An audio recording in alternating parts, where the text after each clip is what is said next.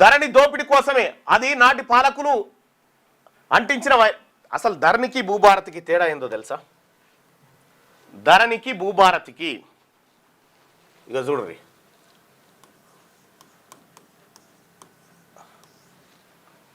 కేసీఆర్ తీసుకొచ్చిన ధరణి.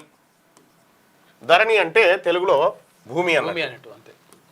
భూభారతి వీళ్ళు తీసుకొచ్చారు. ఎవరు? ఇప్పుడున్న ప్రభుత్వం, కాంగ్రెస్ ప్రభుత్వం, బీఆర్ఎస్ ప్రభుత్వం, ఆ తర్వాత కాంగ్రెస్ ప్రభుత్వం తీసుకొచ్చింది. దీనికి తేడా అయ్యింది. దీనికి తేడా అయ్యింది అని అంటే మనం ఒకసారి గమనిస్తే చాలా గమ్మత్తు విషయాలు ఉంటాయి ఇందులో.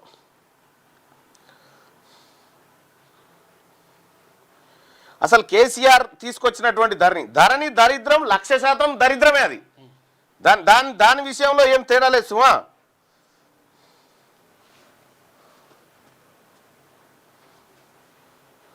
ఇక్కడ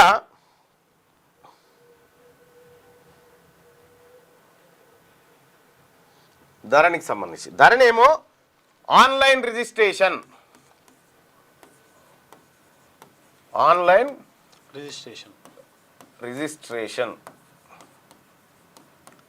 ధరణిలో. దాంట్లో ఏంది భూభారతిలో ఏంటంటే ఆన్లైన్ రిజిస్ట్రేషన్ ప్లస్ మ్యూటేషన్ కూడా ఆటోమేటిక్గా జరిగిపోతుంది ధరణిలో. ఇక వీళ్ళు తెచ్చిన దాంట్లో ఏంటంటే పారదర్శకత భూ రికార్డులు సవరణల సౌకర్యం. పారదర్శక భూ రికార్డులు సవరణ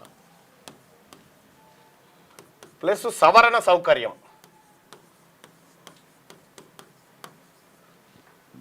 ఇక రెండోది ఏంది? లావాదేవీలు, రిజిస్ట్రేషన్ మ్యూటేషన్ 2. లావాదేవీల విషయానికి వస్తే రిజిస్ట్రేషన్ ఇదేమో ఆన్లైన్లో, తర్వాత రిజిస్ట్రేషన్ మ్యూటేషన్ 2 లావాదేవీలకు సంబంధించి. మ్యూటేషన్ పాస్బుక్లు ఇచ్చుడు. ఇందులో భూభారతిలో రిజిస్ట్రేషన్ వేరు, రికార్డు పరిశీలన వేరు.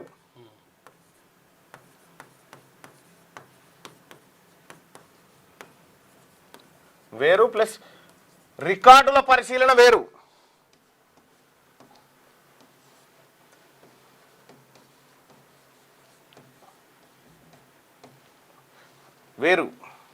రైట్. ఇక ఇంకొకటి వచ్చేసి అత్యంత కీలకమైంది, ఇవి కొత్త రికార్డుల ఆధారంగా, కొత్త రికార్డులలో ఏముంటే అదే లెక్క ఆధారంగా చేస్తారు, అదే ఫైనల్. కానీ ఇప్పుడు దీంట్లో ఏమొచ్చిందంటే పాత ప్లస్ కొత్త రికార్డులు 2 పరిశీలించి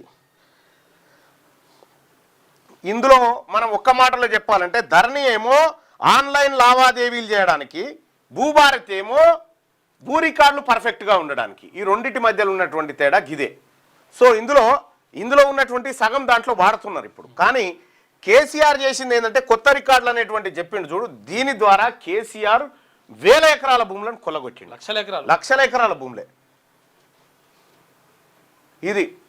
అది నాటి పాలకులు అంటించిన వైరస్. ఆ దుస్థితిని భూభారతి చట్టంలో దూరం చేశాం.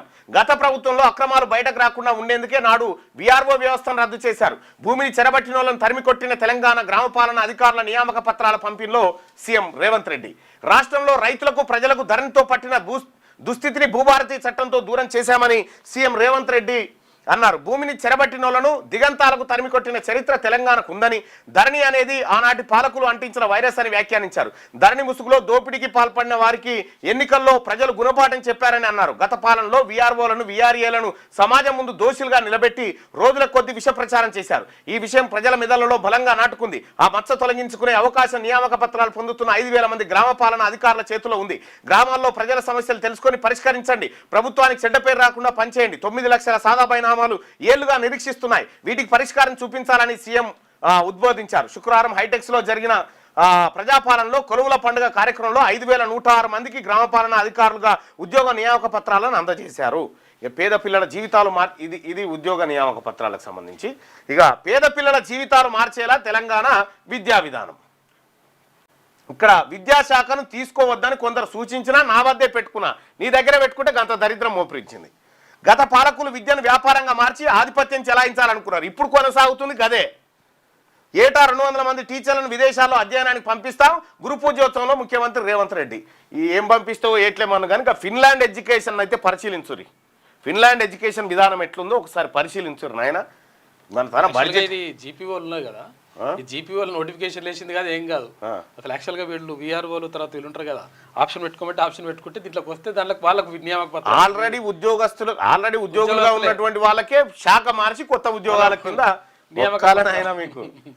లేటెస్ట్ న్యూస్ తెలుగు మరియు ఇంగ్లీష్ అప్డేట్స్ కోసం ఇప్పుడే క్యూన్యూస్ అఫీషియల్ యాప్ ని ప్లే స్టోర్ నుండి డౌన్లోడ్ చేసుకోండి. సరికొత్త సమాచారాల కోసం క్యూన్యూస్ వెబ్సైట్ ని ఫాలో అవ్వండి. ఛానల్లో ప్రాంతీయ, జాతీయ, అంతర్జాతీయ వార్తలు వీక్షించండి. లైక్ చేయండి.